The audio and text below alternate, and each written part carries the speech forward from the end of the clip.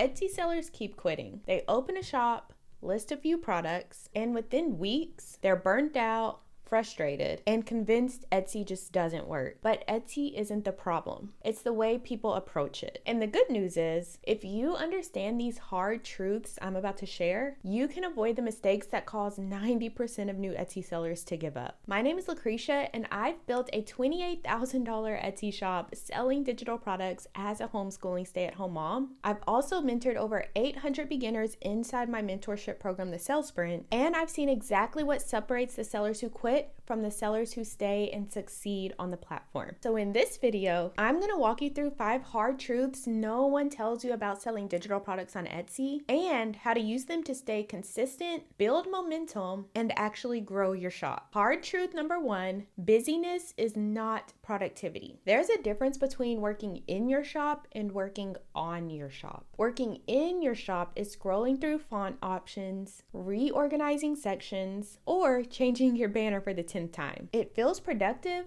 but it doesn't make money. Working on your shop is uploading new listings, testing pricing strategies, optimizing photos, actions that actually drive sales. One keeps you busy, the other funds your family vacation. Right now, I'm in the middle of trying to make over my pantry. I've saved Pinterest inspo, compared paint colors, even filled an Amazon cart, but my pantry is still a hot mess. Planning feels productive, but the longer you stay there, the more you delay results. On Etsy, that means you delay your payday. James Clear calls this motion versus action in his book Atomic Habits. Motion is planning, researching, and tweaking. Action is doing the work that produces results. Too many new Etsy sellers get stuck in motion because it feels safer. You can research fonts forever and never risk failure. But if you want to make hundreds or even thousands a month, you have to move into action. So let's break down action task versus motion tasks on Etsy so you know exactly what to focus on to make money. Motion tasks, which feel productive but don't actually make sales, would be things like spending hours scrolling through Creative Fabrica when you don't even have a product idea, changing your banner or profile photo when you have 0 products listed, researching profitable niches for days and then listing nothing, watching endless YouTube tutorials without implementing anything you've learned, and rewriting your About Me page for the 5th time when you have 0 sales. Motion tasks aren't useless, but they shouldn't eat up hours of your limited work time. Action tasks, on the other hand, which are directly tied to sales, are things like uploading a new listing today, even if it's not perfect, which it never will be, updating your thumbnail listing photos so buyers immediately see the value in your product, testing a new price point to see what converts, adding a bundle so a $3 order turns into a $7 order, and using keywords buyers are typing into the Etsy search bar so you can show up in more search results. If you've just realized most of your time has been going into motion tasks, do not beat yourself up. Almost every beginner falls into this trap, but awareness is the first step. Once you see the difference between looking busy and actually doing the work that makes you money, you can shift into action so you can watch the sales finally start rolling in. And that leads us to hard truth number 2.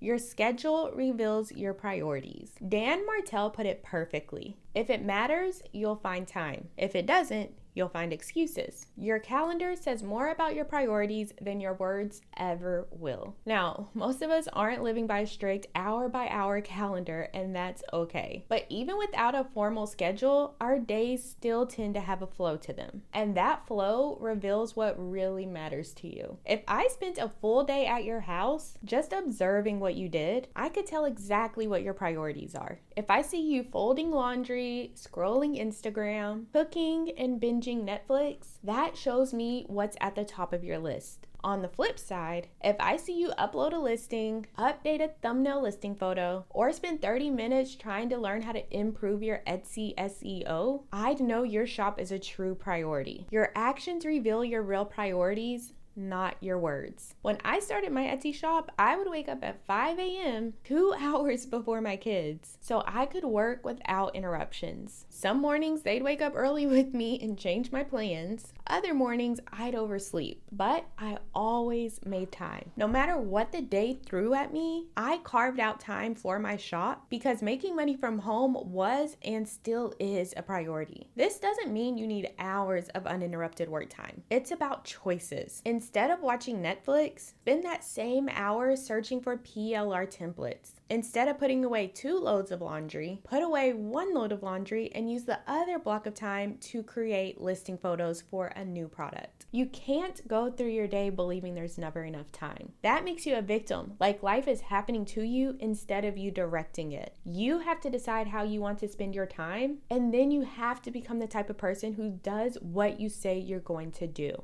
If you are not paying attention to your shop, do not be surprised when your shop doesn't pay attention to your bank account. And that brings us to hard truth number 3. Fear wastes more time than failure. I remember hearing this acronym for FEAR, false evidence appearing real. And it is so true. Fear and faith work the same way. They're both about believing something you can't see. The difference is, fear paralyzes you, while faith moves you forward. If you're scared to list your first product because you keep thinking, what if no one buys it? But that hasn't happened yet. You're just imagining the worst case scenario. Or you finally get the courage to list a few products, but after 2 weeks, you haven't made a sale. Fear kicks in and tells you, see, this isn't going to work for you. So you stop working on your shop. But the truth is, 2 weeks is nothing on Etsy. Products can take time to pick up traction in search, and stopping too soon guarantees you will never see results. Sometimes we see people make sales really fast, like Ashani, who made her first sale in less than 24 hours, or Tiffany, who made her first sale in just 5 days. But sometimes it can take longer. It took Camille 2 weeks to make her first sale. It took Megan 34 days to make her first sale. And it took Angelina 2 months to make her first sale. But none of them would have made sales if they would have let fear dictate their decisions. Fear wastes more time than failure ever will, because at least failure gives you feedback. If nobody clicks your listing, that tells you your thumbnail listing photo isn't strong enough and needs to stand out more in search results. If people click but don't buy, that tells you your listing photos are unclear,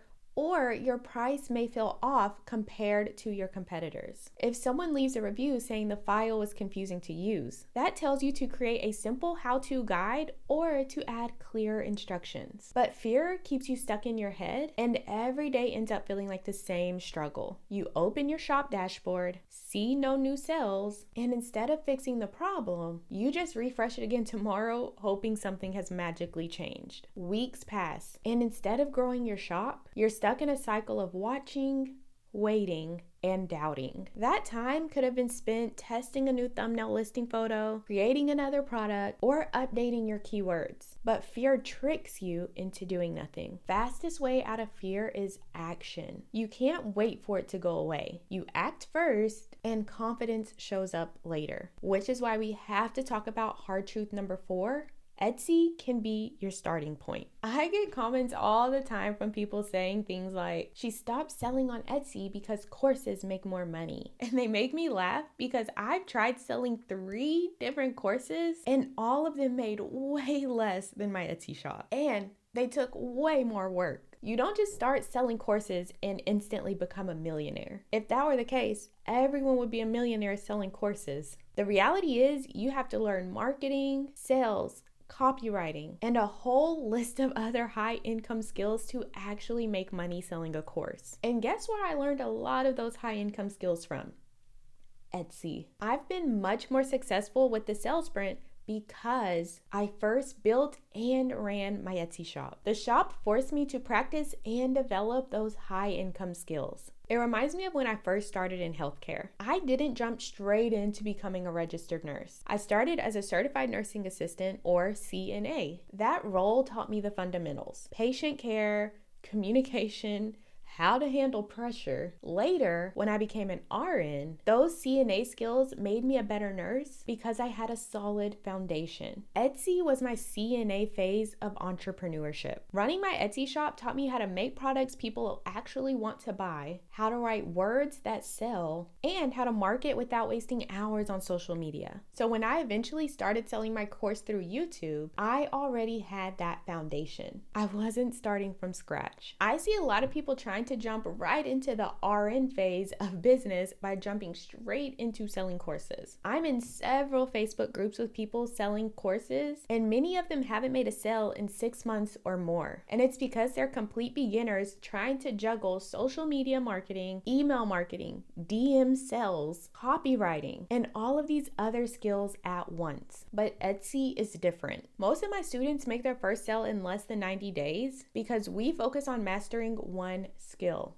the Etsy algorithm. And while you're learning Etsy, you're also learning the skills that make you a stronger entrepreneur overall: marketing, positioning, design, copywriting, and so many other high income skills that transfer far beyond Etsy. That's why I say Etsy doesn't have to be your forever business, but it can absolutely be your starting point. Whatever you decide to do next, whether it's drop shipping, affiliate marketing, selling a course, or anything else online, it'll be so much easier and faster for you to make money because you already have the high income skills you built on Etsy. All right, let's move into something every Etsy seller needs to hear.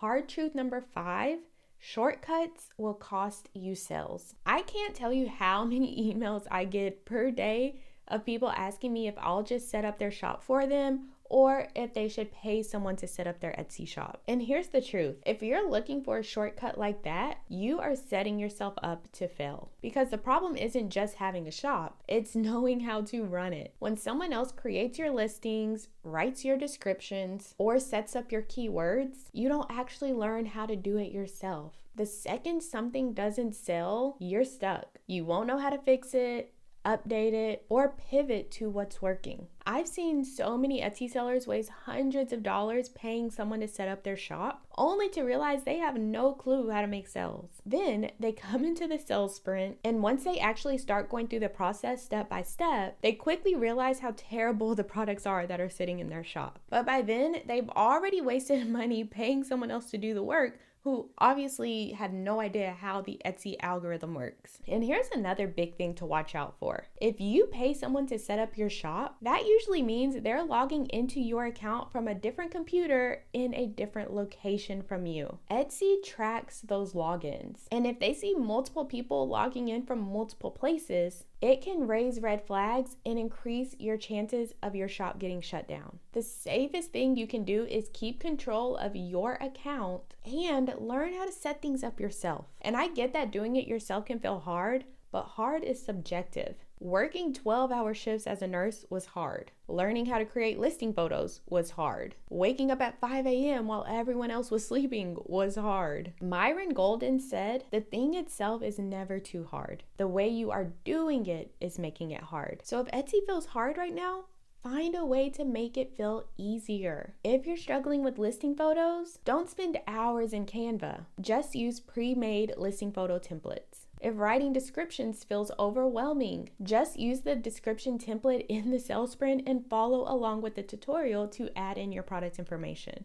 And if time is the issue, don't try to work for 3 hours straight and get frustrated when you get interrupted a million times. Focus on getting one thing done. One PLR product edited, one set of listing photos created, one product description written. But instead of finding an easier way to do something new, people would rather stick to the struggle they're used to. This is where you decide. Are you going to keep repeating the cycle, or are you going to lean into a new kind of hard that actually pays you back? Most Etsy sellers quit because they live in scarcity. They're afraid there's not enough time, not enough buyers, not enough space for them to succeed. But Etsy is proof that abundance is real. Millions of buyers search Etsy every single day, and there's more than enough room for your products if you're willing to do the work. Shops don't fail because Etsy is too crowded. Shops fail because sellers stop showing up. If you decide to keep going, keep creating, and keep learning, there is nothing stopping you from building a business that can genuinely change your life. And if you are ready to keep that momentum going, in the next video, I'm breaking down a full mini masterclass where I'll show you the exact strategies to grow faster on Etsy, the same framework I use inside the sales sprint. You'll want to watch that right now so you can start applying it today.